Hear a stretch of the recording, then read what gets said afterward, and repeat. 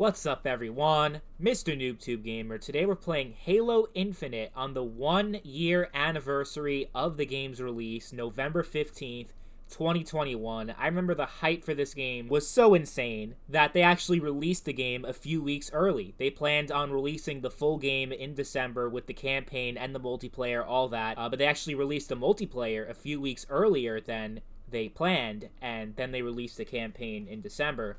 But yeah, I think that's kind of funny, though, how they released the game early. They seemed so confident that this game was going to be successful, while not providing us enough content for it to even have a chance at being successful. So that was, honestly, that's the big problem with Halo Infinite.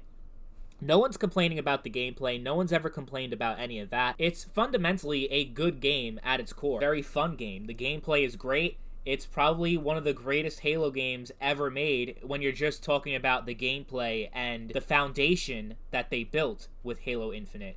But as a live service game, it is a complete failure. Just a complete lack of content. No real way, no way to keep investing in this game, to stay interested in this game. We didn't get Forge and co-op until now, 1 year after release. We just got the new update this week.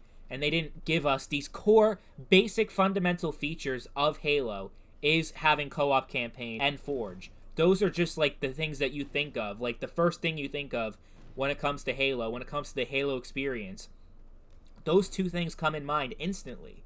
They waited a full year before rolling that out, and that was a huge mistake. If they weren't ready to give us the full Halo experience at launch, I'm not just talking about the maps and all that, because that was another problem. We had a huge lack of maps and overall content, but when you take these features out of the game and say, we're going to release it later, you're basically giving us an unfinished game, and you know what? You get what you pay for, which is nothing. Free to play. Yeah, it doesn't always work out, and it really was a good opportunity for the Halo series to have a renaissance, to have a new generation of Halo, and for Halo to finally become more prominent in the FPS landscape, because I feel like the last time Halo was really brought up in the same level as Call of Duty and all these other games, have that same cultural impact that it had back in the day. I feel like after Halo Reach is when it just started to go downhill, and especially after 343 took over with Halo 4, Halo 5, the Master Chief Collection.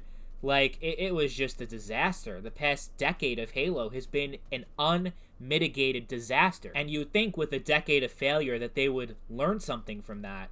And it's just, it's such a huge insult. When Bonnie Ross, the first thing Bonnie Ross said about Halo Infinite, this is, way back in 2015, 2016, right after Halo 5 came out, she's like, yeah, I'm not going to confirm too much stuff about the next Halo game, except we are making a new Halo game. And the first thing she said about Infinite was that it was going to have split screen. It was going to have split screen because she realized, and 343 realized, how pissed off people were about them not having it in Halo 5, and she said, we learned from that mistake, and we are never going to do that again. And guess what? Halo Infinite, not only are they not going to have it anytime soon, they're not going to have it ever. Split screen is not going to be in Halo Infinite because fuck you. That's why. Even though we promised it, yeah, we're going to go back on that promise because we're scumbags. And it's just such a huge loss of potential because they released Halo Infinite at a time when the Call of Duty series was at its absolute low point. Battlefield. Oh man, Battlefield. Yeah, Battlefield 2042. The less said, the better. But yeah, you had two terrible games from Call of Duty and Battlefield, and you still couldn't make an impression with Halo Infinite because you completely dropped the ball. You should have waited, they delayed Halo Infinite by a year. Can you imagine if Halo Infinite came out in 2020 as it was planned? They had 6 years to make this game. 6 goddamn years. 6 years. And it's just completely unbelievable that they released a game with such little content and such little impact. Can they start to now build some momentum with Forge? Maybe, but I feel like it might just be too little too late. I know there are some games like No Man's Sky, despite being a terrible game at launch, grew and grew over time and became a beloved game and a very successful game. I don't know if Halo Infinite's going to be the same thing. It might just be just because it has the name Halo, and Halo still is a name that kind of means something, and it is free to play, so it has that going for it, but they really need to step up their game dramatically. And it also just shows, they fumbled it so bad Microsoft, number one franchise, Halo. They fucked it up really bad with Infinite, and they've done such a terrible job at delivering a meaningful live service and just giving us such a bare bones experience that people are saying that they're excited for Microsoft to buy Activision and to take over Call of Duty. It's just completely unreal. They fucked up Halo so bad, but somehow Call of Duty is going to be better. It's completely unreal. Like, Call of Duty right now is in a better place than Halo.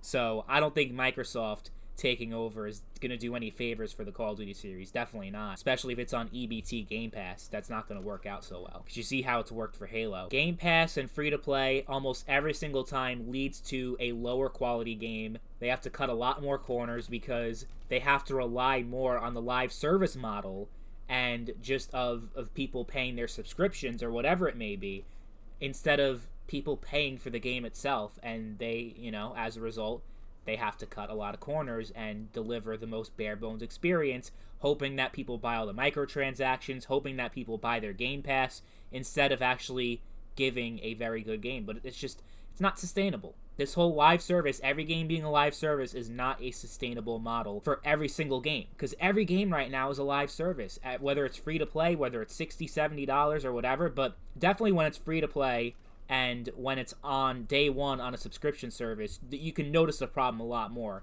Like, it's night and day. Like, try telling me that Halo Infinite, within a year, was a better live service than Call of Duty Vanguard after a year. And Vanguard, I think, is the worst Call of Duty of all time, but you could at least say that they delivered meaningful content outside of zombies. The zombies, they failed, but multiplayer, they did pretty good. But yeah, that's Halo Infinite 1 year later. Just a huge disappointment, and really makes you wonder, can the Halo series ever recover? Because it's been 10 years and they still haven't figured it out.